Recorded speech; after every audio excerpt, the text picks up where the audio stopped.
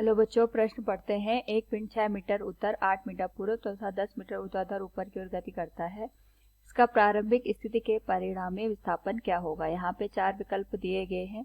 तो सर्वप्रथम हम यहाँ पे मुख्य अवधारणा का प्रयोग करेंगे और यहाँ पे जो हमारे पास मुख्य अवधारणा है वह है परिणामी सदिश। परिणामी सदिश का मतलब ये होता है, सपोज हमारे पास यहाँ पे कोई भी वस्तु है जिसके स्थिति सदिश को हमने इस तरीके से दर्शा रखा है, एक्स आई कैप प्लस वाई जे कैप प्लस जेड के कैप। इस स्थिति में इसका जो स्थिति का परिमाण होगा ये होगा हमारे पास वर्गमूल आई कैप के कोफिशिएंट का वर्ग। जैसे यहाँ पे हम लिखेंगे एक्स की घात 2 वाई कैप, जो वाई जे कैप हमने लिखा है जे कैप का जो यहाँ पे गुणांक है या कोफिशिएंट है वाई, इसका वर्ग प्लस साथ में हमारे पास आ जाएगा के कैप, इसका जो यहाँ पे गुणांक है z, इसका वर्ग। इन तीनों को जोड़ करके हम इसका वर्गमूल निकाल दें तो हमारे पास जो स्थिति सदिश है उसका परिणामी हम ज्ञात कर सकते हैं।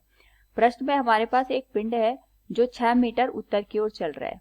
6 मीटर उत्तर की ओर चला तथा यहाँ पे 8 मीटर पूर्व की ओर चल रहा है। ये 8 मीटर पूर्व की ओर चल रहा है और साथ में यहाँ पे हमारे पास 10 मीटर ऊर्ध्वाधर ऊपर की ओर गति कर रहा है। ये ऊर्ध्वाधर, ये हमें यहाँ पे इस तरीके से समझना है। ये जो दिशा होगी इसको हम आई कैप या एक्स अक्ष के नाम से जानेंगे। ये जो दिशा होगी इसको हम वाई अक्ष के नाम से जाएंगे।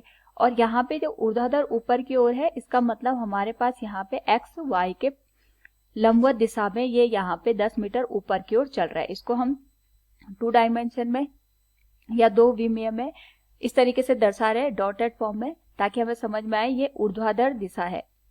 ये हमारे पास यहाँ पे एक्स जो हमने अक्ष लिया और वाई अक्ष लिया, दोनों के ऊर्ध्वाधर यहाँ पे कार्य कर रहा है। तो इसका जो मान है यहाँ पे वो 10 मीटर के बराबर है। यानी अगर मैं इसको यहाँ पे दर्शाऊं तो हमारे पास जो स्थिति बनेगी इसको हम यहाँ पे एस या आर से दिखा सकते हैं। हम आर से प्रदर्शित कर रहे हैं। जो मान होगा 6 मीटर उत्तर की ओर चल रहा है यानी 6 जे कैप प्लस 8 मीटर पूर्व की ओर 8 आई कैप प्लस 10 मीटर ऊर्ध्वाधर ऊपर की ओर यानी 10 के कैप।